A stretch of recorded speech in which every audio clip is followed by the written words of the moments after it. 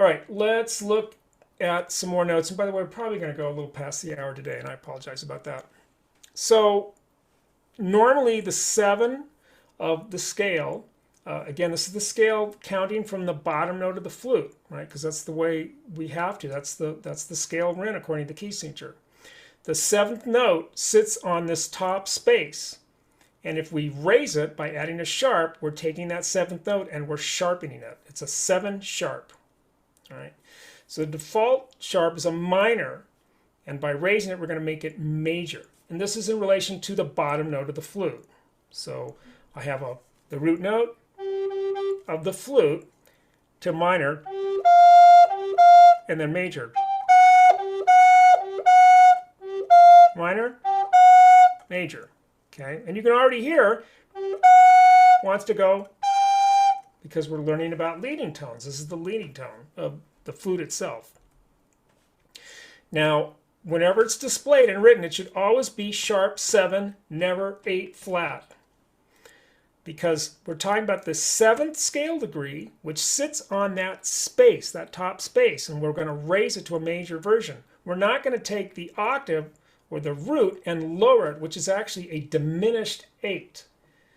And I say this because you see these written like 8 flat every once in a while. Even Nakai does it in his book, which I find interesting since he and Demars came up with the system, and this is categorically wrong. So if you're online and you see somebody, oh, free download of this song, and you see a natural sign in front of what is the octave note, the 8, that is wrong, and that person doesn't know what they're doing. Because Nakai and Demars put this in the specific key signature, and we can't change the root note. We can't lower the bottom note of the flute. We can't go a half step lower. So therefore, we cannot do the same thing for its version as an octave. It's still the same note. Right? So I just want to be clear about this. Also, that if you ever write down your own music, that you know how to notate it so that you look like you know what you're doing and not like you don't know what you're doing. Okay? And another reason for this, if you look at the 7th bullet point there, I'm sorry, the 3rd bullet point, the bottom note of the flute is of F. It's F sharp in the way it's written, but it's an F. And so it has to be 7 letters above. F, G, A, B, C, D, E. That's 7 letters above. Whereas if we make it that 8 flat, that's 8 letters above. It's no longer a 7th. That's another reason why it's wrong. So just, know this. So let's learn this note. And you'll see here that when I'm going to a sharp 7, I like to use the standard fingering for the 6th, not the alternate. Because, again, it's making the transition from note to note a little easier. So I'm going to throw in that 9 here.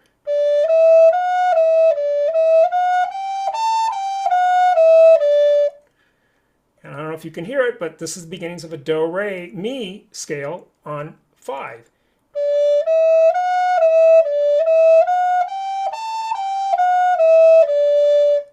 Why don't you try that? I'm still in G, but you don't have to be.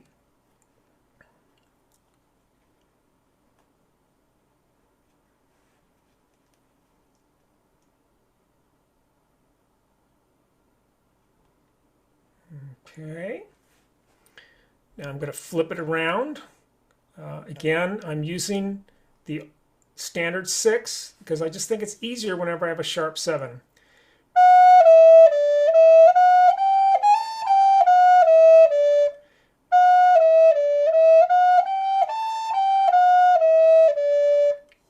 Go ahead and give that a try, maybe a little slower.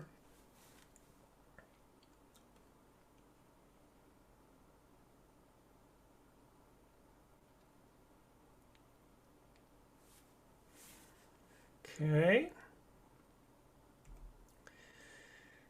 So if we wanted to play a major scale on the NAF in the key that it comes in, we'd have to raise the 3 to a 3 sharp. The 6th is already sharp, that's why it's in parentheses. And then we have to raise the 7th to get the T do. And there it is clearly. You can see that do, mi, fa, sol, la, ti has to be on that space because do, again, is on the line. That's why you can't do a so-called flat 8. And again, you have to half hold.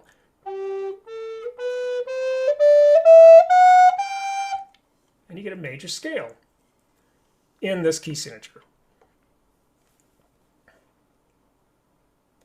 The other thing you'll notice here is that because I raised the third scale degree to a 3 sharp and the seventh, is that if you were to actually write a key signature for this scale, you would have 6 sharps, not 4. That's just an aside. It's not really here nor there. Then a minor scale, we are going to lower the notes again like I showed before. We're going to lower the 3, the 6, and the 7.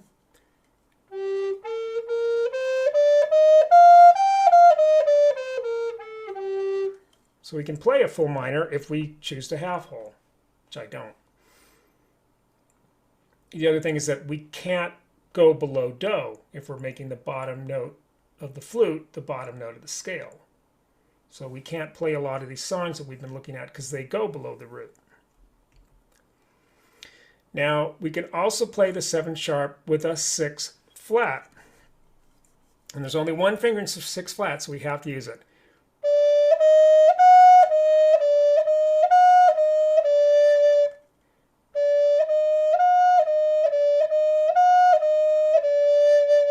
Why don't you try that for yourself, nice and slow.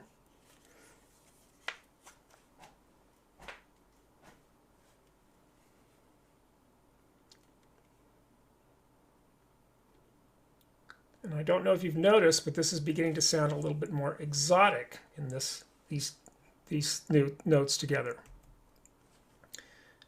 Same thing, only from the top.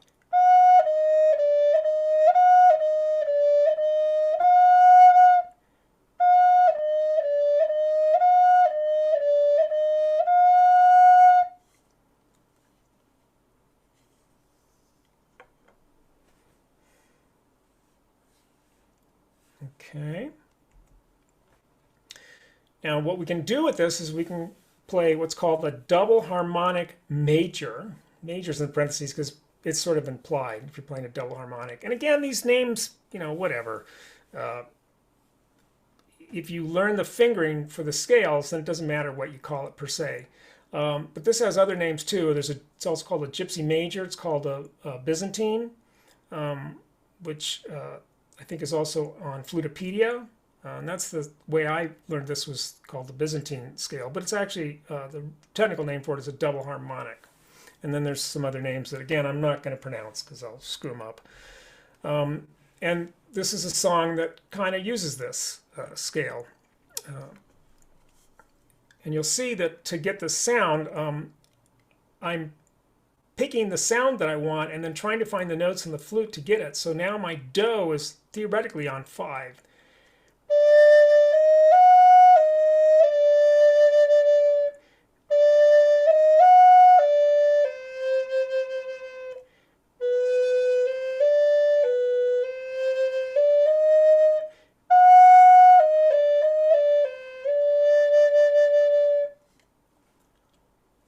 And again, it's not like, oh, I'm going to write a piece where my do is 5 and going to throw in, you know, sharp 7 and a flat 6, whatever. No, I had an idea in my head and I could hear these tunes, and so I had to figure out how could I play them on the flute to get them, and this is what I ended up playing.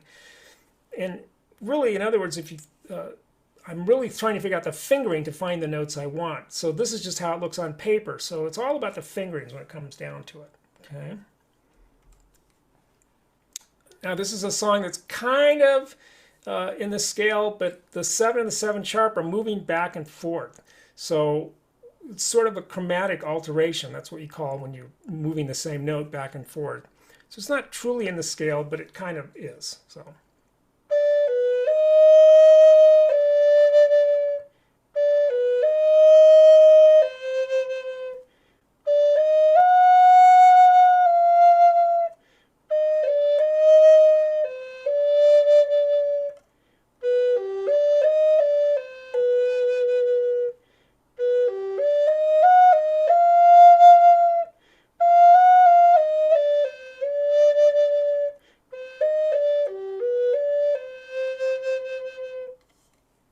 So it has this very exotic sound to it.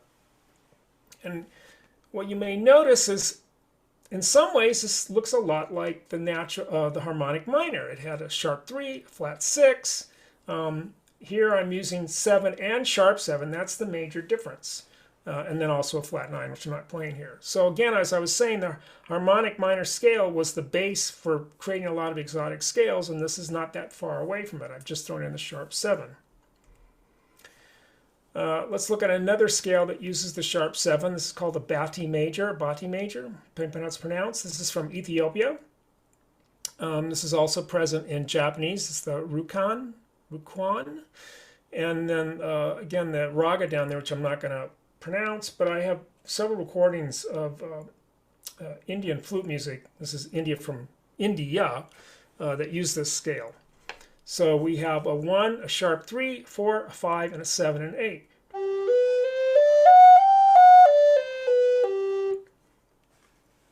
And the do of the scale is actually, in this case, on 1. Now, what type of scale is this? Is this heptatonic or is this pentatonic? There's only 5 notes, so it's pentatonic. Right? So this is a version of a pentatonic scale. And here's another song of this scale in the book. It's the only one that uses it.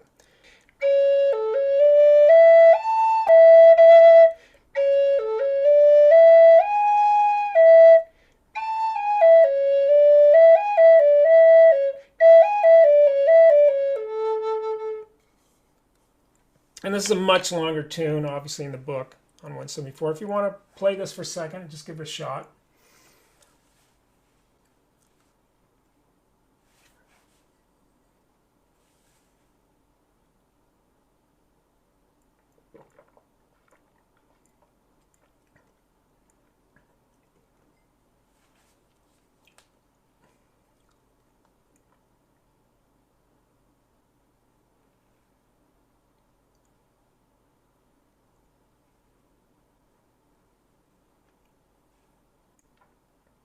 And the main thing about working with this scale is if you throw in an extra note, you're going to alter the scale and it's going to become something else. If you put in a 6 or a 6 flat, it's going to change the scale. This is a pentatonic scale, so therefore it's not meant to have any other notes. Doesn't mean you can't do it, but you run the risk of changing where the do is perceived.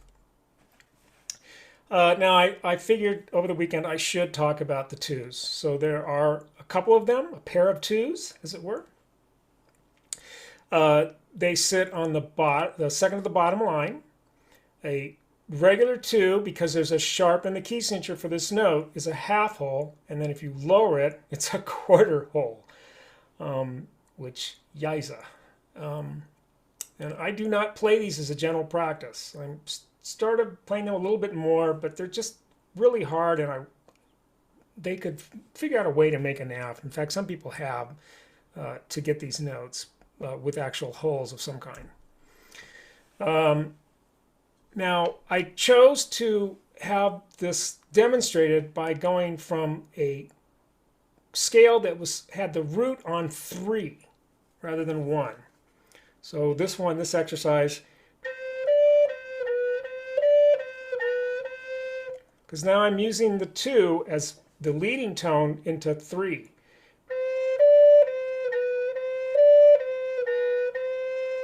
you want to try that, go ahead.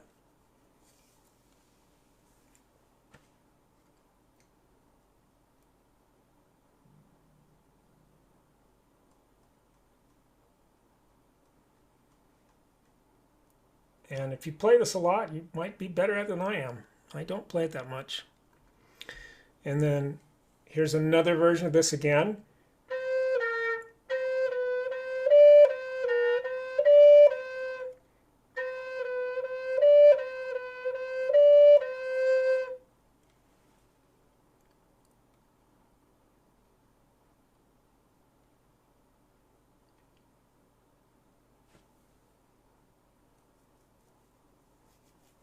And I chose to do it this way for a couple reasons, to show how this can work for a 3 major, and also it's a little easier to learn the note, I think, to bring down the finger to do the half hole rather than then slip it over to the bottom note. So if I sort of imitate a major scale with this,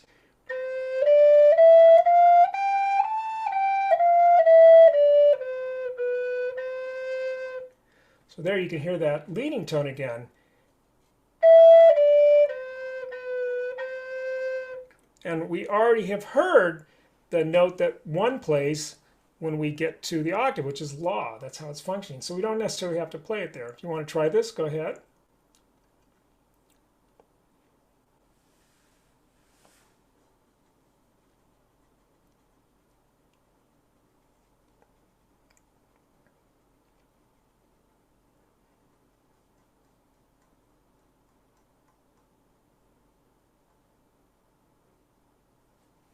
Okay.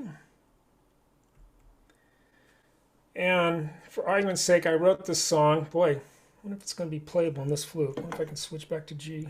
I want a flute with a bigger finger holes. I'll try it on this G flute here. So I wrote this piece over the weekend. This is just the beginning of it.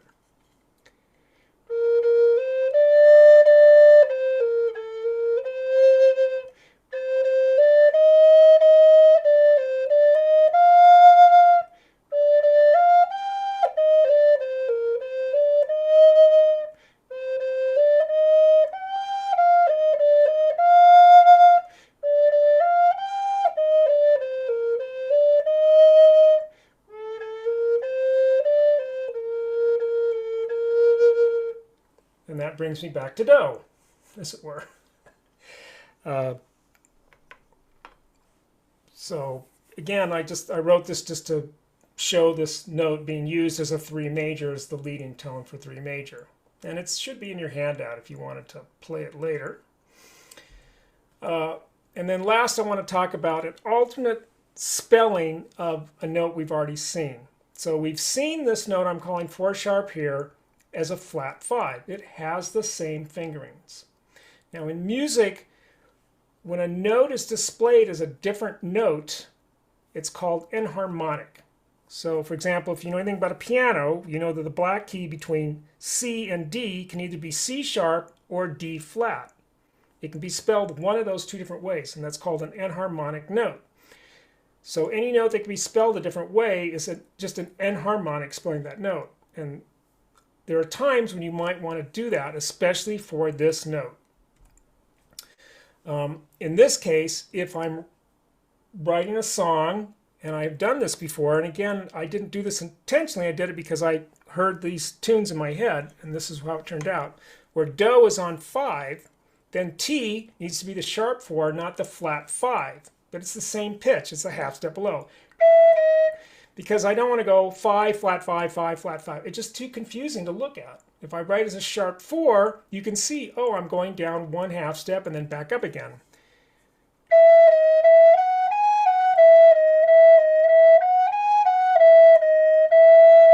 So that's my T Do, but it's a sharp 4 instead of a flat 5. It's the same note, it's just a different way of writing it. And this is very common in real music. I could try this on my G flute.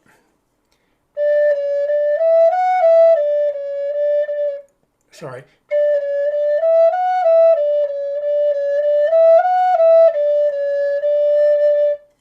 All right.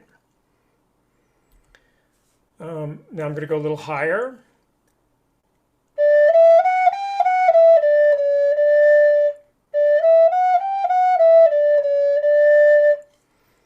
Again, I'm using the standard fingering for a 6 here because I'm going to a sharp 7. And I don't have to do the weird gymnastics for the finger if I use the 2 holes in the top covered.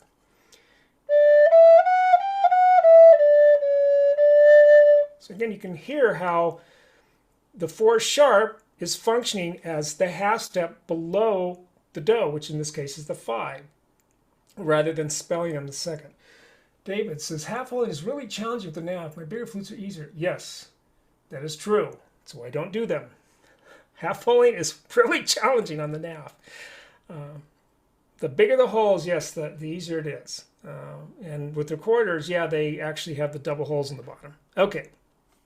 So now, for example, here's a song that's in the book, and I did not write this because, oh, I want to be tricky and write something with a sharp 4. That wasn't the case. I heard this tune in my head, and to get the pitches that I was hearing in my head to play on the nav with the available notes that are there, because we have a limited note choice, it made sense to make the 5 the Do. So this is, what I would call then a 5 major, even though we can't play a full 5 major. And part of this was also, you'll see in the second to the last measure, I have a 3 sharp. And that's the law of the scale on 5, do, re, mi, fa, sol, la, ti, do. And without that note, it would have been very hard to write this song. So I was forced to use these pitches to play the tune that I wanted to hear, that I heard in my head.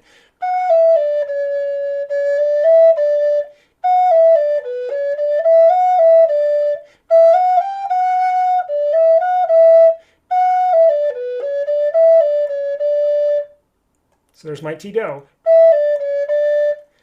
And to come down, without that 3 sharp, it would get kind of tricky. So therefore, it caused me to write this on the 5. If you want to try this, go ahead. On the 6, use the standard fingering for the 6. It's much easier.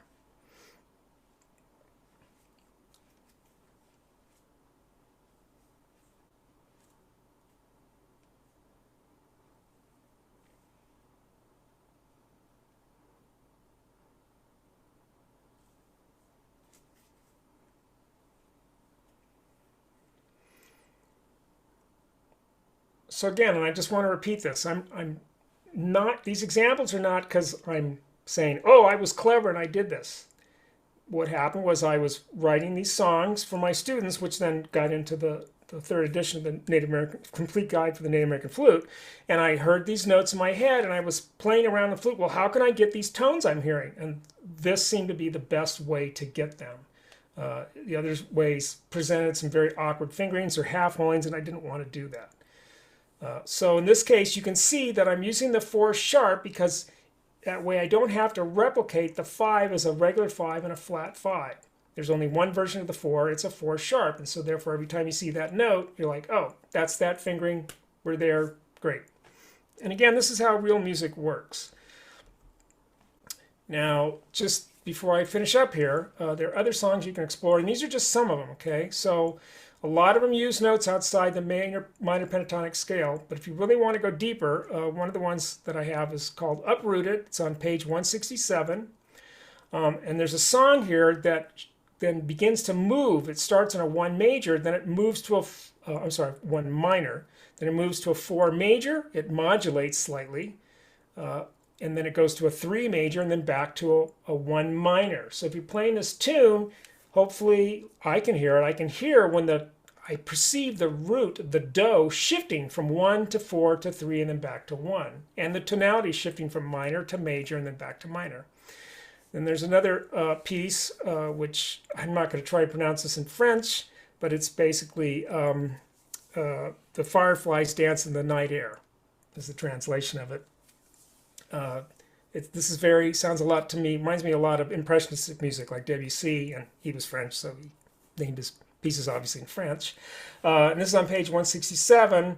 This has a lot of color in it. The root note is actually a 3 sharp, believe it or not, but there is no clear scale. It's very slithery. We would call this chromatic. Chromatic means a lot of half steps or very colorful. And then one of the ones near the end of the book is called Ascending and Descending. Ascending and Descending. It's on page 233. And like Uprooted, the tune starts to move around. The root note starts on 1, then it goes to 4, then to 3, then to 5, then to 3, and then to 1 again. So I'm moving around in the tonality of it. And this song actually is sort of a joke because at the end, instead of playing the final note, you can get a repeat sign and jump back to the beginning and then just keep playing it over and over and over. It goes in a circle over and over and over again. There's a kind of staircase. I think it's called the Penrose Stairs. And Escher did lots of prints of the Penrose Stairs of people just walking up and down the stairs that goes endlessly over and over and over again. And then they also had it in the movie, what was that movie that Christopher Nolan directed? I've forgotten already. Oh, Inception. There's some of these stairs in Inception. It just looks like they go up and up and up or down and down and down, depending on which way you're playing. And this song is an attempt to kind of do that. So, all right. So the next webinar, is going to be the top 5 bad habits of NAF players and how to avoid or break them. The date is going to be determined because I wonder if I should take some time off, and I don't know if people take the summer off. But we're going to look at the top 5 habits that I see NAF players playing, and we're going to talk about ways to avoid them. All right, so that's the end of this. And if you want to ask questions, now's the time. If you want to do it verbally, that's great too. You can push down your space bar and talk to me. Occasionally I see a notification or the note, it looks like a little asterisk above the notes. What is that? If it came from the book, and most of them did, it means that somewhere on the bottom of that page, there is a note about what that asterisk means. So I didn't remove them from the handout. It just would have been a lot of work because I just pulled from the file. So if you go to the page that is listed on the bottom of the handout that shows that song, it'll tell you what it is. Usually I'm saying something like, play this 6 with this fingering, it's easier. The standard 6 or the other 6th. That's basically all it is. It's just something's happening. It's like, well, switch your fingering here. This is going to be easier. So, okay, I guess you all understand it. I guess I should have like a quiz for you to take further webinars with me to make sure you understand this. And trust me, I know this stuff is very complex. I understand that. You could hear that, you know, I don't play these songs really that much anymore. I wrote them and then I'm like, okay, I put them aside. And so they're hard to play too. They're kind of tricky. But what I want to again impress upon you is that it's not how it looks on paper. If you were in my last webinar, not last week, but the prior one before that, I was saying that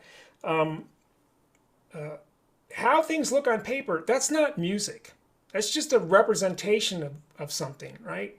So the notes and fingerings that I'm talking about here and the scales that we can pull out of them, yes, that's good to know, but if you plug in the fingerings, you'll automatically get the scale. What I really want you to hear, though, is that some of these scales have the root, the do, on a specific note.